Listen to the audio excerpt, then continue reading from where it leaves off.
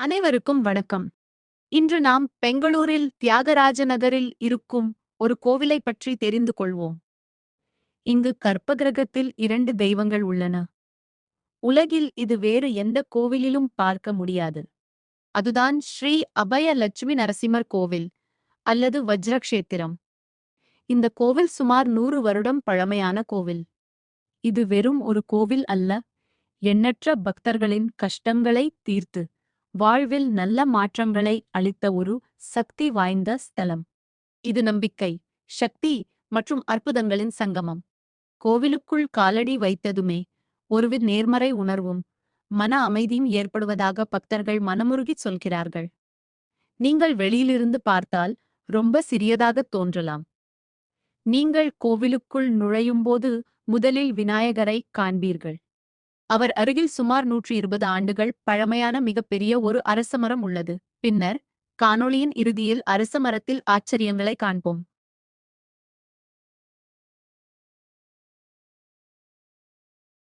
அதன் பிறகு கம்படலட்சுமி நரசிம்மரை காண்பீர்கள். நரசிம்மர் விஷ்ணுவின் அவதாரங்களில் ஒருவர். பிரஹ்லாதனை காப்பாற்றவும் ஹிரண்யகசிபுவை அழிக்கவும் வந்தவர்.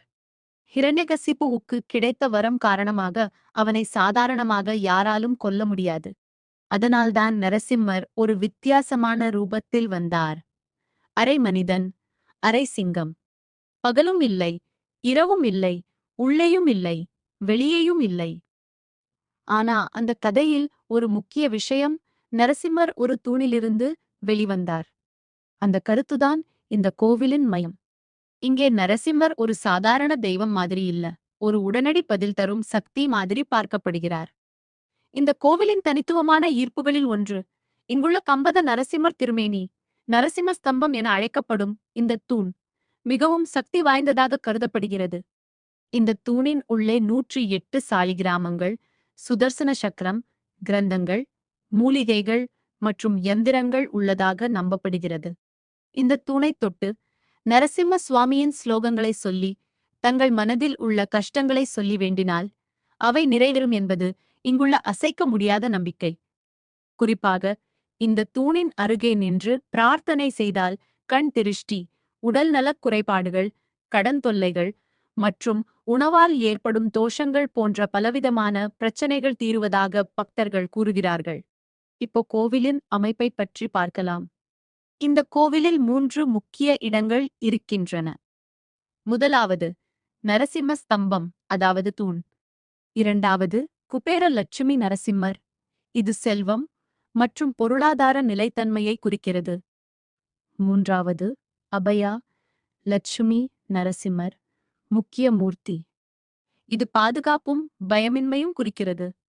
இந்த மூன்றும் ஒரு முக்கோண வடிவில் அமைக்கப்பட்டுள்ளன.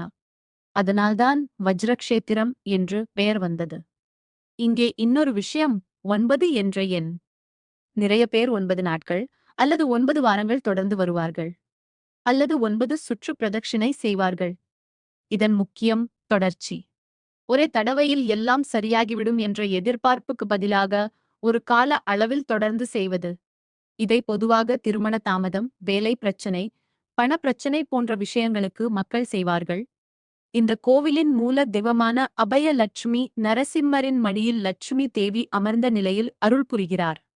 இது தவிர ஒரே கல்லில் வடிவமைக்கப்பட்ட பட்டாபி ராமச்சந்திரர், சீதை, லட்சுமணர், பரதன், சத்ருக்னன் மற்றும் ஹனுமான் ஆகியோருடன் இங்கு குடிகொண்டுள்ளார்.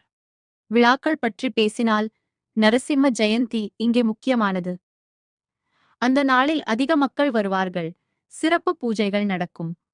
செவ்வாய்க்கிழமையும் பௌர்ணமி நாளும் முக்கியமான நாட்கள்.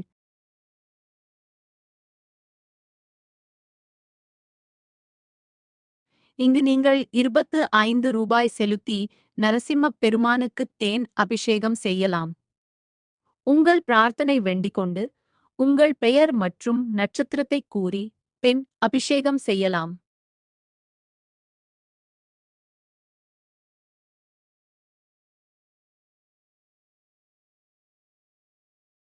இந்த அரச மரத்தில் இயற்கையாகவே பல பிள்ளையார் முகங்கள் தோன்றியதாகவும் அவற்றை பார்த்தவுடன் தனக்கு ஒருவித அற்புத உணர்வு கிடைத்ததாகவும் கூறினார்.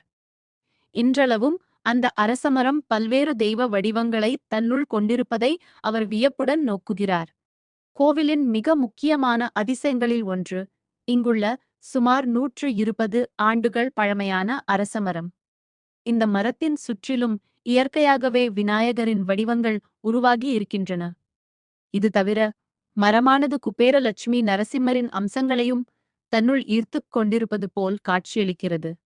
அவரது திருமுகத்தையும் பாதங்களையும் மரத்தில் தெளிவாக காண முடிவது ஒரு பெரிய ஆச்சரியமாகும். இங்குள்ள மூல சன்னதியில் குபேர லட்சுமி நரசிம்மர் அரசமரத்தின் உள்ளேயே பிரதிஷ்டை செய்யப்பட்டுள்ளதால் அஸ்வத்த குபேர லட்சுமி நரசிம்மர் என்று அழைக்கப்படுகிறார். இந்த மரமானது நரசிம்மரை தன்னுள் ஈர்த்துக் கொண்டிருப்பதால் ஒரு பெரிய பிரதிமை இங்கு ஸ்தாபிக்கப்பட்டுள்ளது. இங்குள்ள நரசிம்மரின் பாதங்கள் தெற்கு நோக்கி அமைந்திருப்பது பித்ரு தோஷங்கள், பித்ரு சாபங்கள், வம்சவழி சாபங்கள் மற்றும் பெண் சாபங்கள் போன்ற பல தோஷங்களை நிவர்த்தி செய்யும் சக்தி வாய்ந்த இடமாக இது விளங்குகிறது. ஆனால் இந்த கோவிலின் சிறப்பு இது விழாக்களில் மட்டும் இல்ல. சாதாரண நாட்களிலும் மக்கள் அதே அனுபவத்தை பெறுகிறார்கள் என்று சொல்கிறார்கள். இதனால் வருடம் முழுவதும் இங்கே மக்கள் வருகை தொடர்கிறது. பல தெய்வங்களின் சங்கமமாக திகழும் இந்த கோவிலில் எப்போதும் ஹோமங்கள், பூஜைகள், புனஸ்காரங்கள் என்று பலவிதமான கைங்கரியங்கள் தொடர்ந்து நடைபெற்று வருகின்றன. இந்த எல்லாமே சேர்ந்து இந்த கோவிலை வேறுபடுத்துகிறது. அதனால்தான் மக்கள் இதை ஒரு சாதாரண கோவில் என்று பார்க்கவில்லை. அவர்கள் நேரடியாக அனுபவிக்கக்கூடிய இடம் என்று பார்க்கிறார்கள். இந்த வீடியோ உங்களுக்கு பிடித்திருந்தால் லைக், கமெண்ட் மற்றும் ஷேர் செய்யுங்கள். நீங்கள் இன்னும் சேனலுக்கு சப்ஸ்கிரைப் செய்யவில்லை என்றால் உடனே சப்ஸ்கிரைப் செய்யுங்கள். நன்றி. வணக்கம்.